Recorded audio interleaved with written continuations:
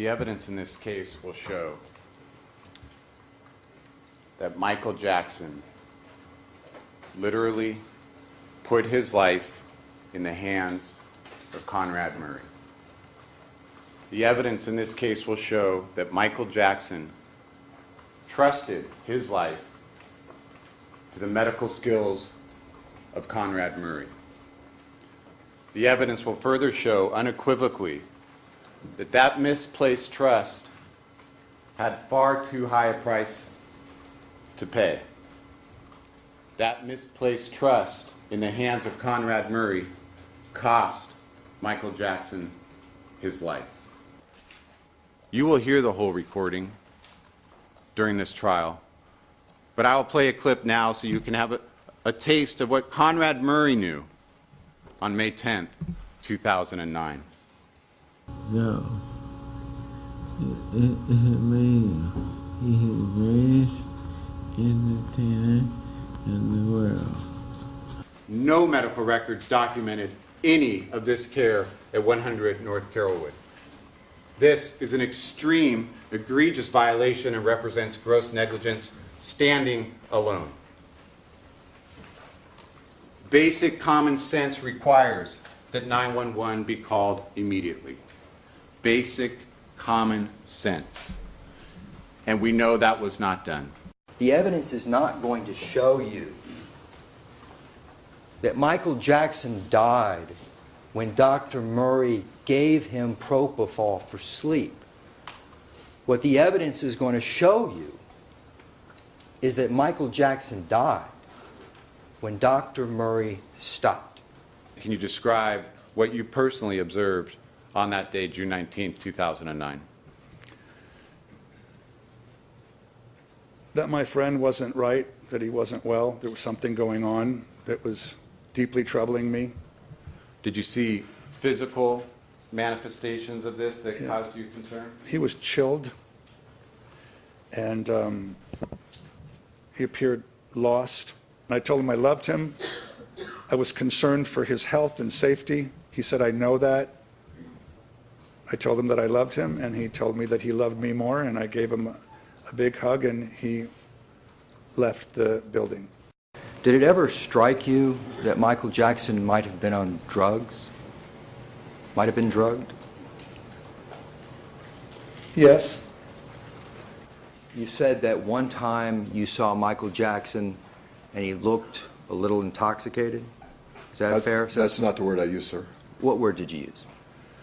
I don't recall the word I used, but what I saw was just a little bit of a slower speech pattern, just a slight slur in his speech. And you also testified that you found out that at that time that Michael Jackson had just come from Dr. Klein's office. That's correct. In your experience, is $5 million a year a usual sum for physicians for 1 year time?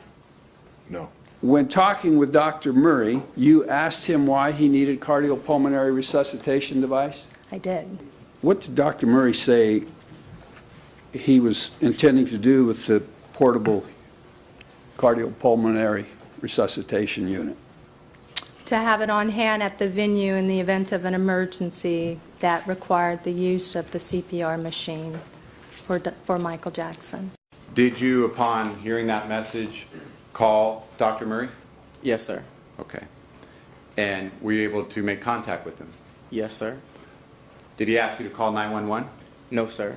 And he said, get here right away. Mr. Jackson had a bad reaction. Get here right away. Following your learning that Michael Jackson had been pronounced dead, do you recall an incident where Dr. Murray approached you and made a request that you found odd? He said that there's some cream in Michael's room or house, I believe room, that he wouldn't want the world to know about. Did anybody ever play an audio tape of Michael Jackson to you? Yes, sir. Have you ever heard Michael Jackson sound like that before? Not that extreme, but I have heard him talk slow before. Paris was on the ground, balled up, crying, and Prince was he was standing there, and he just had a real shock, just slowly crying type of look on his face. It was a shocking experience. Definitely. Michael Jackson was lying there, his eyes were wide open, right? Yes.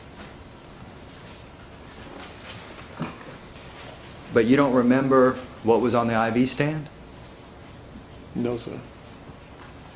Did you see any oxygen tanks? Don't recall. Did you see any vials or needles or any medical paraphernalia at all? Don't recall. When I came into the room, he said, Alberto, hurry, we have to get him to a hospital. We have to get an ambulance. Okay. Prince and Paris came behind me. Okay. And did they actually enter the room as reflected in People's 22, or were they still in the foyer area, or where were they exactly, if you recall? What I recall is that I was closer, coming into that specific area, and they were right behind me, and Paris screamed out, "Daddy." The doctor's the only one here. Okay, so the doctor see what happened? Doctor, did you see what happened, sir? Sir, you just, if you can please, run away.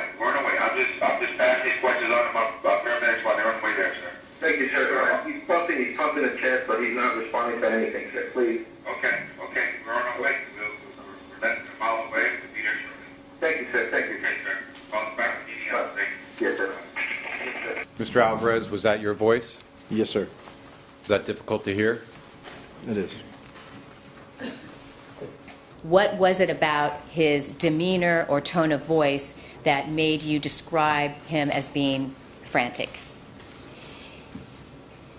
His energy was very nervous and frantic, and he was shouting. I started seeing staff members, housekeepers, crying. And you said that the children, Paris, Prince, and Blanket, were crying and screaming? Yes. And did all of you, including the children, join hands and pray? Yes, in a circle, yes. How did you feel when that second appointment on June 22nd was canceled? I was quite frustrated at that point. Did you feel abandoned? Yes, that would be an accurate statement.